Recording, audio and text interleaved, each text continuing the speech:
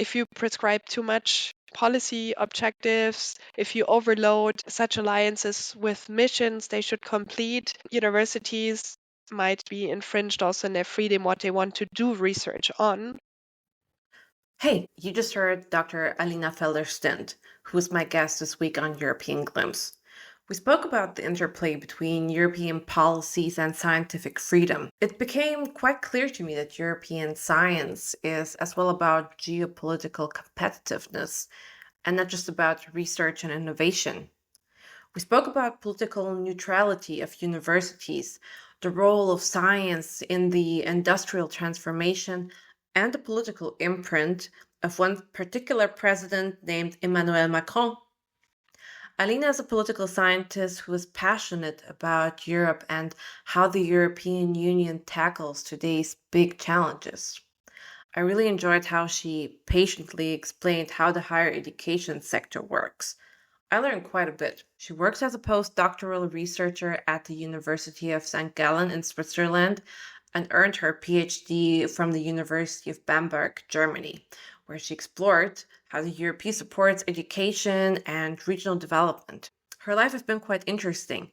She has studied and worked in Germany, France, Switzerland, USA, and Uruguay. I will leave some of her research as well in the show notes for you to explore. Before we dive in, I just want to say thank you for listening. I am bootstrapping this podcast without experience, and I see that I have listeners from already 40 countries. That's quite amazing. Currently, I'm searching for people who would like to share their views on two topics. One is the housing crisis.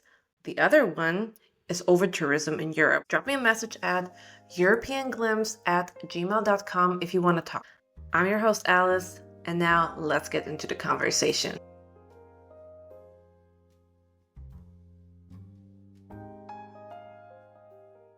Alina, welcome to the podcast. I'm very glad that you're here because today we're going to talk specifically about higher education and how the European Union interplays with higher education. You've been researching on this subject. Walk me a little bit through your research focus on higher education and the EU. Great. Thanks for inviting me. Thanks for having me.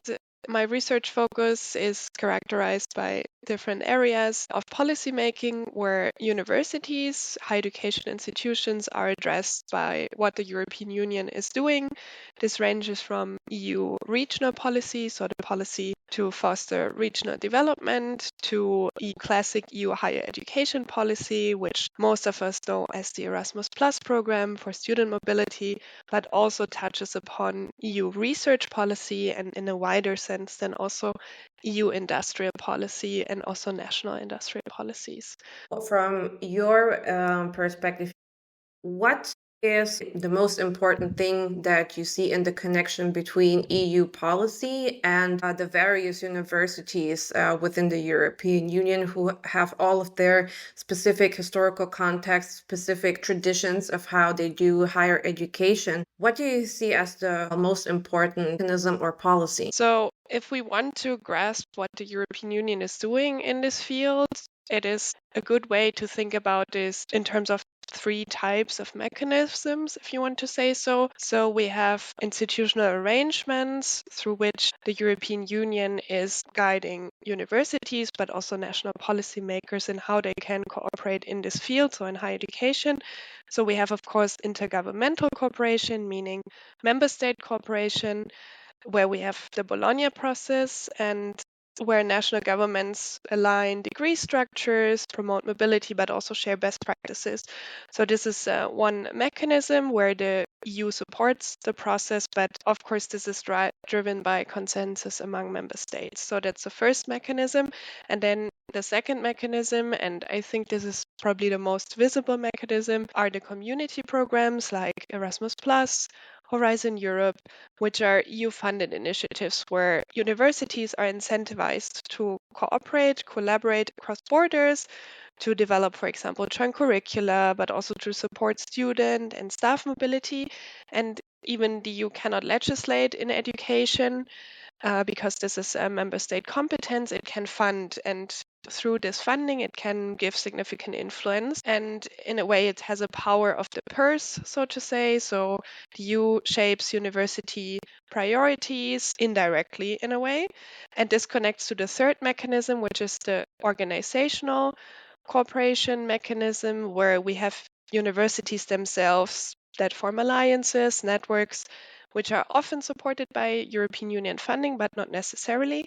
And they form these networks to pursue shared goals and then become both implementers of EU policies, so for example of the Erasmus Plus program and also the European Universities Initiative, which we can maybe talk about later. And so they respond to these incentives, but also feed back into EU policy making through forming these networks and also acting as interest groups sometimes. So these are the three mechanisms, I'd say. So intergovernmental coordination, community programs, and then also organizational cooperation. First of all, I would like to know why you consider this process of aligning higher education in the EU. Why is that important, given that we have freedom of science and each country, each labor market, pretty much each culture has their own ways of conducting and organizing research. So why is it important to have this type of coordination of higher education within the EU,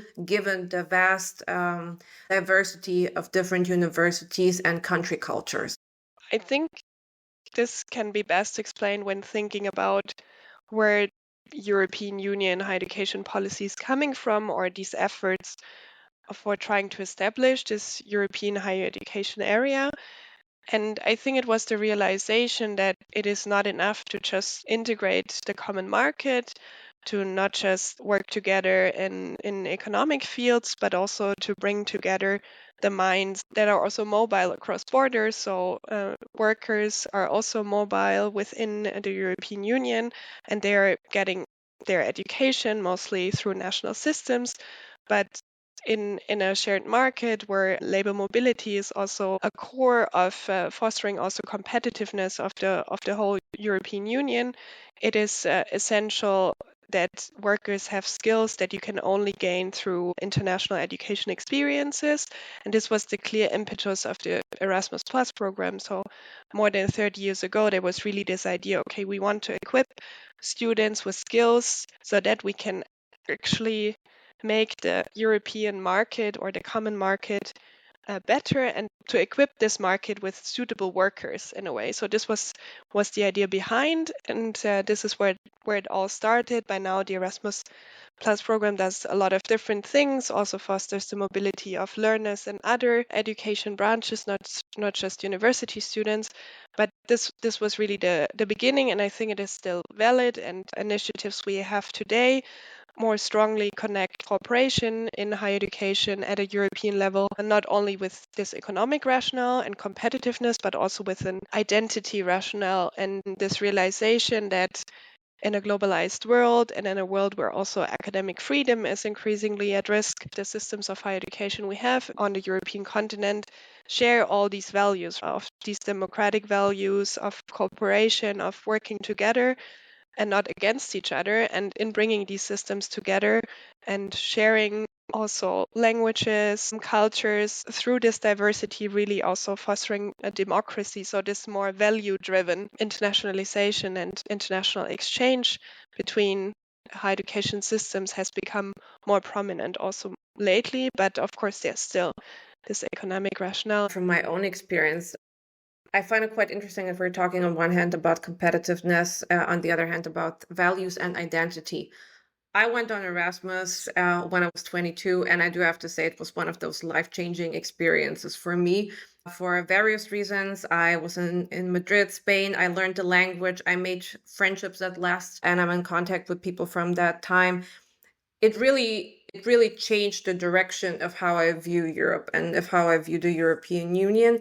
From the experience that we had in this friends group, I am very certain that a lot of other people felt in the same way. And I just wonder, when we're talking about such projects, like for instance, the Erasmus exchange, is it kind of okay to perhaps not focus that much on the market competitiveness? Because as I said, like my impression is that it was hugely, immensely valuable for European integration, for my values, and for my understanding of other countries, but I would say that I didn't gain most of my valuable professional skills during my Erasmus stay. Yes, this also connects to what are more recently developments in how higher education is perceived, right? So, of course, you have this employability idea, and there are certain education systems in Europe where this idea is very prominent. So, for example, if you take the UK education system, they really emphasize this, and higher education really serves this purpose. But of course, there's all the other benefits to it. And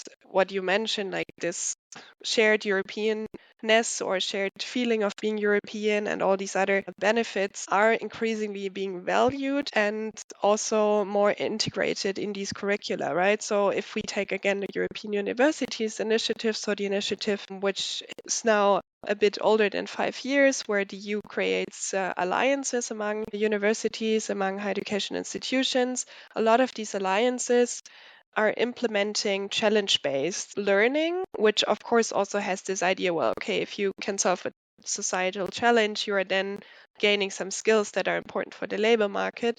But I think you also need interpersonal skills to solving challenges, language skills, intercultural skills. So all these skills that are probably less tangible and that you also gain through a student exchange are increasingly being valued and also considered. So not just taking exams and then having a certificate that is also recognized across borders, but it is more than that. So also the previously we probably said soft skills. These are all also important skills that are being valued, and they are at the core of these mobility programs. That's definitely true. Walk me through the European Universities Initiative. What is it, and what are you researching there? The European Universities Initiative was launched by the European Commission in 2018. It had a very bold mission of creating transnational alliances of higher education institutions, of universities that could act as models for future European integration in education. So a very bold vision, very loaded with many, many values and ideas what this initiative should transform. And the core idea was really to deepen what we had before, to deepen cooperation across borders, enabling students, staff, researchers to move more seamlessly. So we had student mobility before, so we had, of course, the Erasmus Plus program, but what should change with the initiative is really this seamless moving and to co-develop what universities teach and also to tackle societal challenges together, such as challenges related to the green transition, to sustainability. So what we have today are 65 alliances, and they comprise around 570 higher education institutions from all different types of institutions. So not just research intense universities, but also universities of applied sciences, for example. And this is all across Europe. So from a spark that was given by Emmanuel Macron at Sorbonne in 2017, where he mentioned that, well, we should create genuine European universities. The Commission picked this up, of course, in accordance then with the member states. And so we have this initiative, which was rolled out from 2018 until now. In fact, there's a growing researcher community around the topic. And I'm part of this community. Me personally, what I've been conducting research on the one hand, is how the initiative was being developed with a focus on stakeholder organizations that have existed before the EU came up with the initiative of establishing networks among universities. So these are organizations that express the interests of universities, sometimes also the broader higher education sector.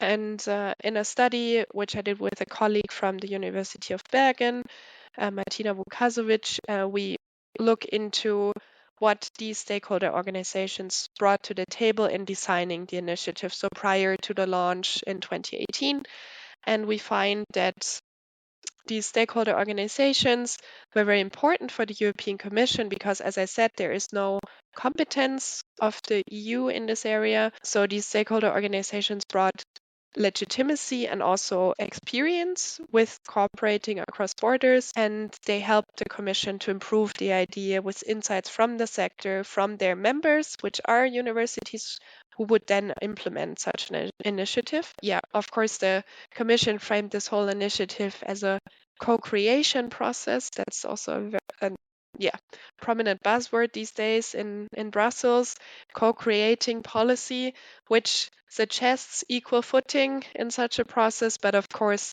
what we find in the study is that larger and also better equipped stakeholder organizations in terms of personnel and financial resources were louder, could voice their concerns better than other organizations. So the Commission still had some leeway in deciding whom to consult and whom to maybe ignore for the time being. Illustrate for me what type of organizations are they, how do they function, and what type of groups do they represent? So there's quite a landscape of these organizations. There's, of course, very big organizations such as the European Universities Association, which brings together almost all higher education institutions in Europe. Then you have stakeholder organizations that represent national interests more strongly. And then you have in between already European stakeholder organizations, but evidently of a smaller scale than the European University Association. So these are networks ranging from 10 to maybe 30 members. The members are often universities, and they came together based on profiles they share. So we have research intensive universities forming stakeholder organizations, or some stakeholder organizations bring together younger universities, so universities that don't have this very long history dating back to the Middle Ages already, so universities that were funded maybe in the 80s only.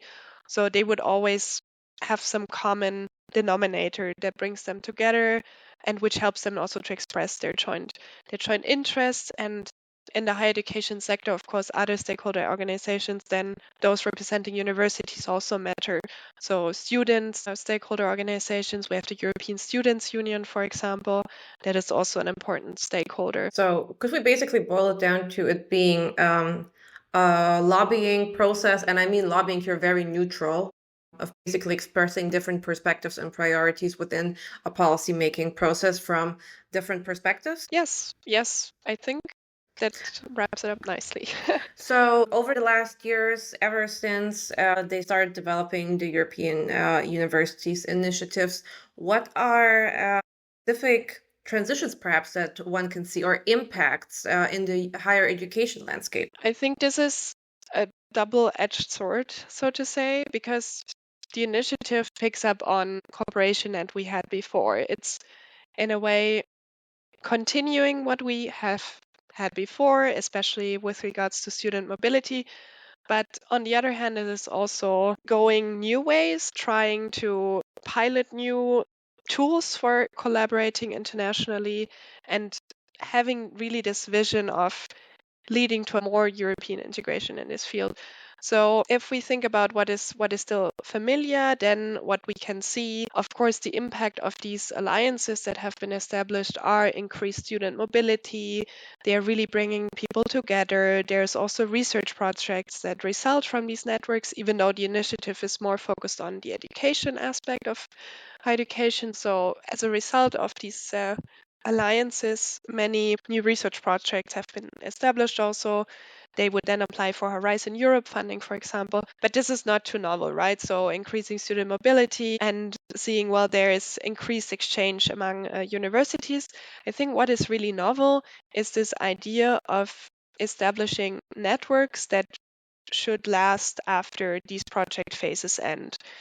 Because of the EU not having competences in this field, it would always fund projects, right? So all these alliances in the beginning are essentially projects.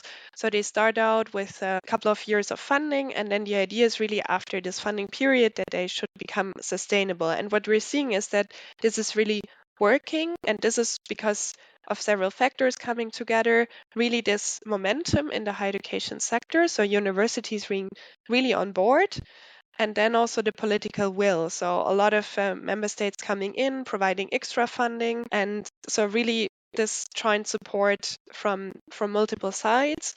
making these alliances sustainable. And this is also what Europeanization very often is about. It takes a bit of time until you see these policies unfolding their real impact. And I think it is also changing how universities think about internationalization, think about governance, and also their role in society. And this is what I meant before with these challenge-based approaches, right? There's really in these new tools they develop for internationalization, they're really trying to bring missions that universities have, so not just education, but also research and innovation more strongly together, and trying to develop new pedagogies that really help students to work with the challenges we have with the digital transition, but also with sustainability. So a lot of these alliances are developing shorter courses, micro credentials they're called. It's not a full study program, but still you can gain a micro credential, for example, in sustainability by combining multiple courses from the universities that are involved in your alliance. This is just one example. So really this experimentation with new tools of how students can get this international experience, sometimes without moving across borders. So while staying at home, so internationalization at home. The initiative has been picked up really quickly with a lot of enthusiasm by universities, and it is really supported also by the demand. So students are also demanding this. They want education in fields that are pressing. They see, okay, the world is changing, and I want to be equipped to deal with these challenges, not just to be eligible for some job, but also just as someone who is educated and who wants to contribute also to society. The way you describe it, it sounds almost too good to be true. It's basically forming alliances where people learn and they have opportunity, more opportunity than before to learn probably as well from other cultures, pedagogies, as you said, different tools, different methods, different research. It sounds like it can facilitate as well a lot of innovation, and it seems to be an important stepstone to actually bring this idea of Europe becoming more competitive on a global arena to fruition.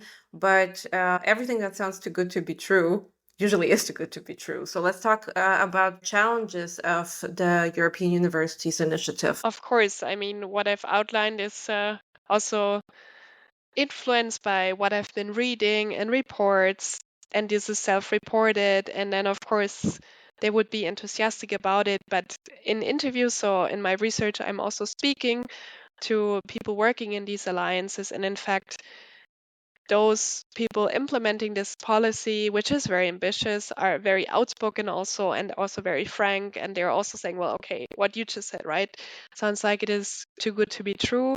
And of course, there's many challenges. I think the major issue is really this tension between this initiative's long-term vision, what I said, to integrate this policy field further, and then the short-term project-based nature of the funding. And in research, we call this projectification, right? That you rely on projects to implement long-term vision, a longer-term policy. It has benefits because in a project you can experiment more, but at the same time, it has this downside of creating insecurity. Will I invest in working for this alliance if it is only lasting for 3 years? What will happen after? So it really creates insecurity, and this might then undermine the structural change that this initiative is claiming to bring, right? There's also tensions which we traditionally have in the higher education sector, and one of these challenges is clearly excellence versus inclusion. And this is a tension the Erasmus program had from the very beginning. So, this idea to have excellent students, foster excellence in education, but at the same time, trying to be inclusive, trying to involve as many students as possible. And in the end, who benefits really from these alliances are students who are really proactive, who would also do their research and are really familiar also with what their university has to offer, not just their university, but also partner universities. And this is one of the challenges stakeholders mention to me very often in the interviews, that they really have issues in communicating what they're doing to all members of the institution. So not everyone at a university actually knows about this alliance, that it exists at all, what this initiative is about. So really bringing this initiative down from the strategic decision-making level, so directors level, to the actual staff and the actual students. I think this is a challenge. And then a challenge for this inclusion aspect, right? Because ideally, everyone should benefit from these programs. And this is also one of the core values of the European Union. But what happened, and research shows this, that the first two waves of these alliances are really the more excellent institutions. So if you look into rankings, how these institutions are ranked, we see that the first two waves of funding went to the best ranked institutions in Europe, and only in later waves of the initiatives this spread more geographically and also towards other types of institutions. And there's of course always then also this tension between institutional autonomy and EU level coordination. If you prescribe too much policy objectives, if you overload such alliances with missions they should complete, universities and also the people at universities might be infringed also in their freedom what they want to do research on. And there's a debate on the European Competitiveness Fund, which is being negotiated as a potential funding for these alliances instead of the Erasmus program, where alliances are now being very vocal and saying, okay, maybe if we are funded by this competitiveness fund, there will be even more policy objectives we have to fulfill. What about academic freedom? What about the freedom to do research on topics that we like? We agree that climate change is an important issue, but if we are made to conduct research on certain issues, well, we cannot prescribe this to our researchers because research is usually bottom up, collaboration is bottom up. And if someone in an alliance that I'm part of does research on a similar topic, that's nice. But as a researcher, I'm usually free. I want to collaborate with whom I want to collaborate based on research interests and not based on policy priorities. I would like to ask you a couple of questions on what you just explained. Let's talk a little bit first about this tension that you described between excellence and inclusion. I think you phrased this very well. I never really thought about this being an actual problem, but of course it is. You described that in the first two periods of the European Universities Initiatives, particularly the prominent universities benefited mostly out of it. There is a strong argument to be made that exclusivity and excellence are a good thing. They foster competition. You can easily attract the most talented people if you have exclusive institutions. On the other hand, there's as well a strong argument to be made about we need to democratize higher education. We need to have more access for all types of people so that universities become an inclusive space of learning, and they might not have the best reputation, but they still provide opportunity. Where do you see the current trend going when we talk about these two poles? So I think with the initiative, so the European Universities Initiative, we are pivoting towards the excellent pole. Also because these are networks, many of them that are meant to stay, right? What I said before is that, well, of course, these are project-based funding instruments and they might also end after the project phases. But if institutions really see a benefit and if they have the resources and if these are alliances that are predominantly established by more prestigious universities, they will find the resources to sustain this collaboration. And this will then also influence how higher education policy is made, right? And this is the dual role also of these alliances. Of course, these alliances collaborate in teaching mostly, in research, but they are also acting as interest organizations. So what I said before with the stakeholder organizations, the European Universities Initiative added these alliances as new stakeholder organizations being active in this area. And if these are alliances that bring together more prestigious universities who are more interested in excellence and competing with the best universities all across the globe, so not just in Europe, but also with the US, with China, then this narrative will more and more focus on excellence. And I think this discussion about the competitiveness fund and tying alliances more closely together with tackling societal challenges, but also tackling European competitiveness, suggests that we are seeing this trend more towards excellence. So maybe it is actually a good thing if these alliances would be funded under a different program than Erasmus, where the very identity of the Erasmus program has been to foster inclusion, right? And if we keep Erasmus to foster inclusive education, to bring in students from all different types of backgrounds, and also not just university students, also learners from, let's say, vocational education and training more strongly into European exchange programs, I think we can still navigate this pole. So if we manage to situate the newly established alliances in a field where they can do what they're best at, which is really this innovation in pedagogy, but also in bringing together research and education and innovation. That's great, but we should still see developments. And I think the new proposal for the EU budget from 2027 wants to, at least the European Commission wants to again increase the Erasmus Plus budget. And it has been very important to foster also inclusive education. And if both can be maintained, I think we will still navigate between the two poles and not so much pivot towards one of them.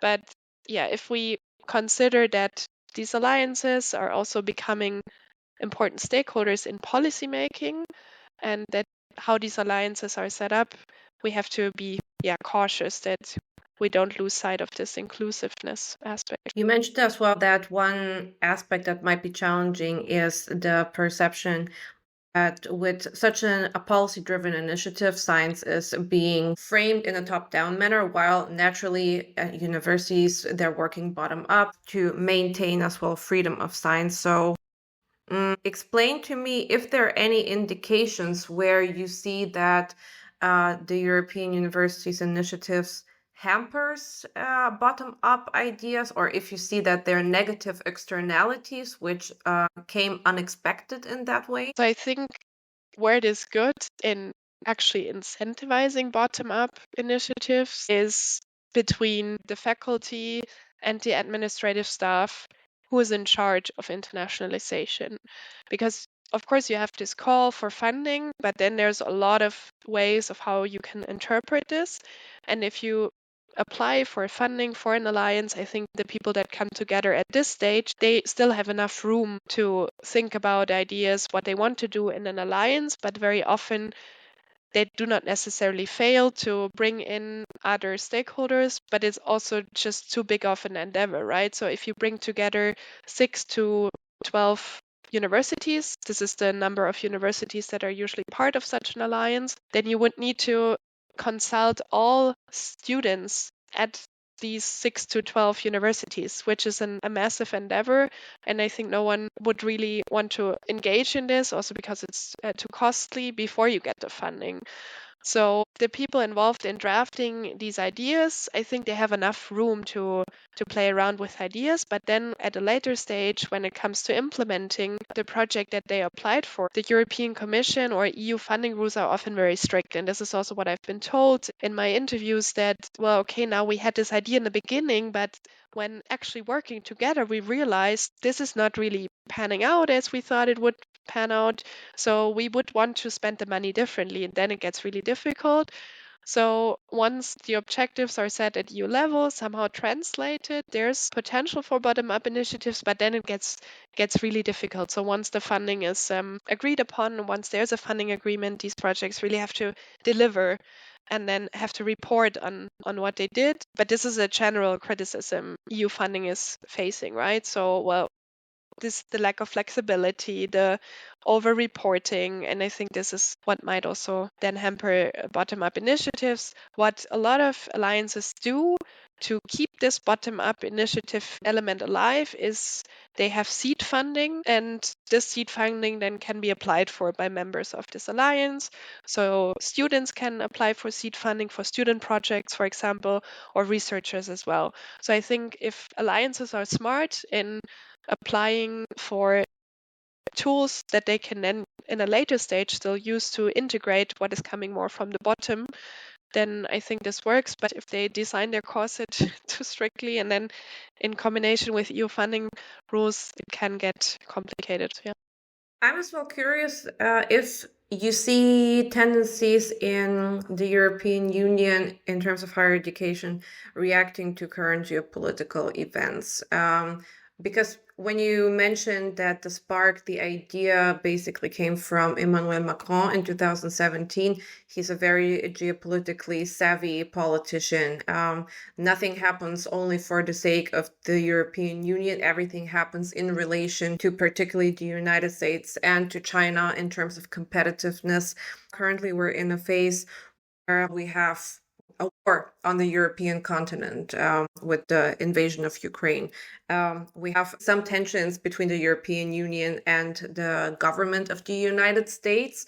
Do you see the European Union reacting to those major geopolitical tendencies at the moment? I think more generally speaking, before I get into the European Union side of things, what we can really see is that geopolitical tensions have made universities rethink what they're doing, rethink the partnerships they're engaged in, and also rethink the value of collaborating internationally. So traditionally, internationalization in the sector is or was driven by goals such as what we just talked about, right? Global competitiveness, generating revenue. International students are very important for many institutions because they bring in a lot of funds, but also prestige. And what we can see and what research shows, and also what my research shows with a colleague from Canada, is that universities have been responding to the Russian invasion of Ukraine. I don't know if you can already say that this constitutes a shift in how internationalization in the sector is constructed, how it is implemented, but we can see that value-based internationalization is gaining traction. It's getting more and more important, and universities are not just guided by these prestige ideas, competitiveness ideas, but they're really also trying to incorporate principles like solidarity, democracy, and also peace. Of course, this was always also at the core of internationalization, but it has become more and more important, and also has come more stronger to the fore in the responses universities have issued when Russia invaded Ukraine. So a lot of institutions mobilized help for Ukrainian students and scholars, and this is unprecedented. We analyzed university statements right after the invasion. And first of all, issuing such statements is unprecedented when we see crises that we had in the past, where there would also have been occasions to issue such statements. Universities would generally refrain from becoming politically involved, but with the invasion, we could really see that issuing statements and then also providing support for displaced students and staff that did become important. And these actions were, of course, humanitarian on the one side, but they were also supposed to signal some broader institutional alignment, to signal, okay, we are really concerned about what's happening, about the attack on democratic values. And also they wanted to signal that they reject autocratic aggression. And a lot of institutions would also then cancel their relationships with Russian institutions. So they would say, okay, we end our partnerships. This is where it ends. This is too far. We cannot ignore what's happening. So we would end these partnerships. And now let me come to the role of the European Union in this case. So what we've been seeing is that not just universities, so individual institutions were issuing these statements and also handing out help, but it was also the newly funded university alliances. So a lot of university alliances established through the European Universities Initiative were issuing joint statements. So bringing together the voices from more than 6, or what I said before, sometimes even 10 universities, and then really making this statement stronger. Okay, this is not how university collaboration should look like. We have to be careful whom we collaborate with, and we would only collaborate with institutions sharing our values in the future. So leaving a potential impact also on which institutions would come in future collaborations, right? And I think the initiative itself and also the European Commission has not told university alliances that, well, you should do this on top of all the other missions we discussed before, like sustainability, other societal challenges. I think if you read all these funding documents and also the European strategy for universities, the geopolitical dimension is not too top down yet. So it's not that the European Union is telling its universities, okay, you have to take an active geopolitical stand, but it's coming from within the sector and universities themselves being more proactive, more vocal about such injustices, and then making use of tools the European Union is providing to come together, such as in the alliances, to make a stand. I mean, this is a very difficult topic, I would say. From my point of view, universities who are coming forward with political statements. I see that, and I know that in a lot of universities, they do so with good intention, and they want to emphasize that they support democratic values and particularly liberal democratic values. But I wonder, where do you draw the line, and what are the implications when you put yourself out there as an alliance or as an individual institution, and you say, in the case of Russia, we do not wish to collaborate with Russian institutions because Russia as a political system is not democratically free. What's the implication for other nations? And as well, when we're thinking about cooperations with emerging economies that are, well, giving developmental aid, and perhaps there's as well the desire to foster more cooperation with nations and with students of nations which are in less privileged societies. Are you going to exclude other nations as well because they are not fully democratic? I don't know. Once you open this gate, it's very difficult to close it. Do you have any observations on how the dynamic has changed over the last years? I think what you're talking about very nicely represents what we have described as a logic of appropriateness that is guiding universities, education institutions in this era where we have a lot of geopolitical tension, right? And it's not just Russia, it's also maybe even more subtle trends that also affect the higher education sector. But I think once a logic of what is appropriate, so what should be done is established, it is very difficult to go back from it, right? So once you establish that it is appropriate to issue a political statement as a university and also to issue a statement against a whole country where, of course, the regime should be separated from individuals living there, students going to university and still wanting to benefit from student mobility maybe, then it will be difficult to go back from there. And then actively putting partnerships on hold is not just affecting your prestige and your standing as an institution, and you're not just making a political stand, it affects students at these institutions and also scholars. I mean, there have also been programs to accept scholars from Russia, especially endangered scholars. We heard about all these programs as well, but for the wider student population, of course, these possibilities were no longer there, and as of date, they are still not. So what a lot of institutions did, they didn't say, okay, we don't want to collaborate any longer. They said, for the time being, we put this on hold, so to say, which maybe is something they can go back to after there will be a solution and peace again, but we don't know. But of course, this is also signaling to other states, and you mentioned other regions of the world, and where also students are looking towards Europe and seeing maybe Europe as a continent where they would want to pursue their education. And here I have to say that the European Commission has been more active. It hasn't framed this as a geopolitical program, but more as a developmental program. So what a lot of European university alliances are doing now they are accepting associate members. So they don't receive funding, but they can be associated with these alliances. And a lot of these universities are from the African continent. So a lot of them are in the African Union. And so there is ties, and the European Commission is trying to actively foster this by saying, okay, now that we have these university alliances in Europe, they should also be more on the outlook.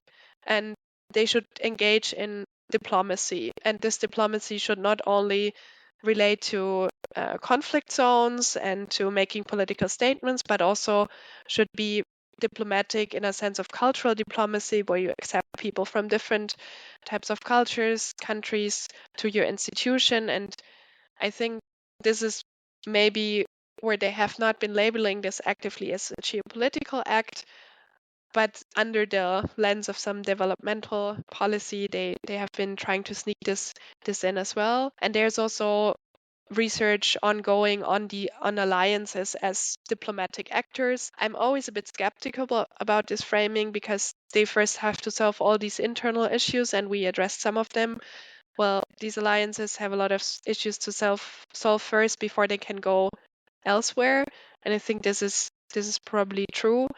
But there is still ways where this academic openness is also being signaled. But this adds another layer of tensions, right? You're somehow saying, okay, we want collaboration, academia is benefiting from a cooperation across borders, but then there seem to be appropriate partners for this and maybe not so appropriate partners for this. And it will be very interesting to see what happens with the US. I mean, what as a reaction to Trump's plans and also Trump's behavior towards individual institutions, higher education institutions in the US has shown is that some leaders in Europe were very kind of happy almost about it, that they would get the best brains from the US now. And I think this kind of framing, if institutions would get into this, could be problematic because, well, we still want to collaborate and it's not a what hurts you would benefit me, and it's not a zero sum game in a way, but yeah.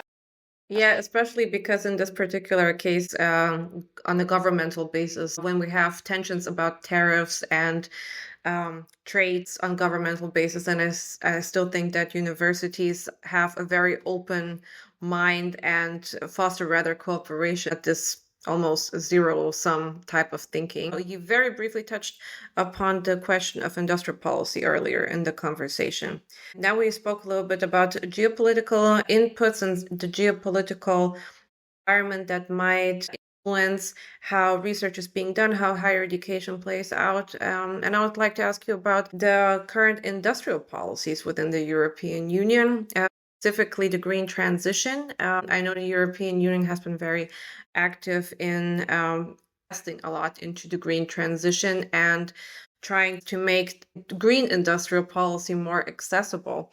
Do you see a relation between industrial policy and higher education? Definitely. And research shows that higher education is or can be part of industrial political strategy also, mostly at the national level still, because a lot of what political economy is doing is focusing really on the national level. But from political economy research, we know that higher education is increasingly being mobilized as this tool of economic statecraft. And this is because governments are able to strategically shape higher education systems. I said before that higher education systems and higher education policy is a national competence area. And what governments do, they try to steer these systems to meet the skill demands of their most advanced sectors. And depending on which country you look at, this is very often high-end services or advanced manufacturing, and both sectors are very important also for the green transition, right? There's also green services on the one hand, but then of course, especially in the area of manufacturing, we have to really become greener and decarbonize.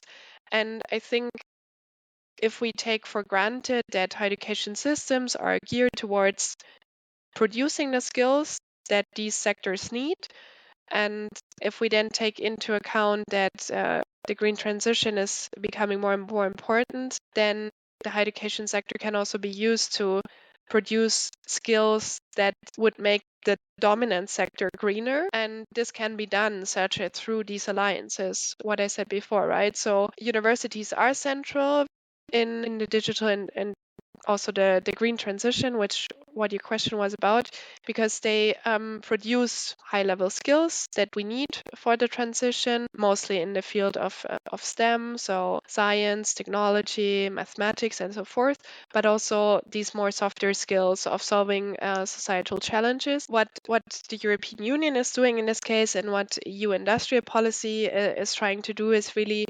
again, to incentivize organizational cooperation in this field, because it cannot use higher education as a lever of industrial policy as much as states can do that, but it is still planning to incentivize cooperation in this field. And I think the university alliances are a first step, and it will be interesting to see how the current funding negotiations and the budget negotiations for the next period, so from 2027 onwards, will look like, how the EU is translating this idea of becoming greener into concrete instruments that then universities would be able to use.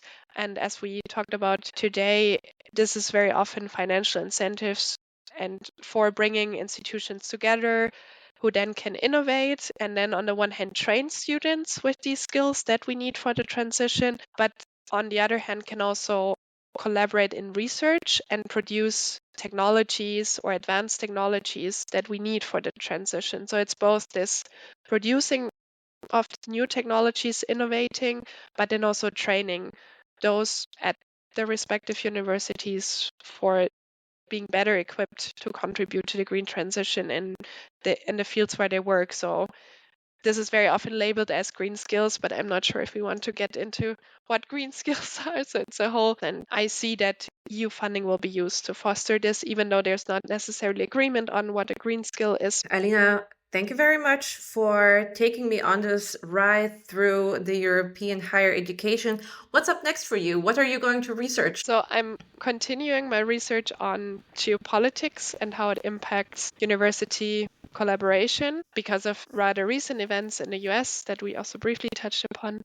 But then I'm also trying to work more closely on what the EU has been doing with regards to vocational education and training and this new union of skills, which is also a flagship initiative. It's a very recent one, and I'm looking forward to gaining more insights on what this initiative is really about and getting away a bit from the university sector and looking into other areas of education where the European Union is also doing a lot of.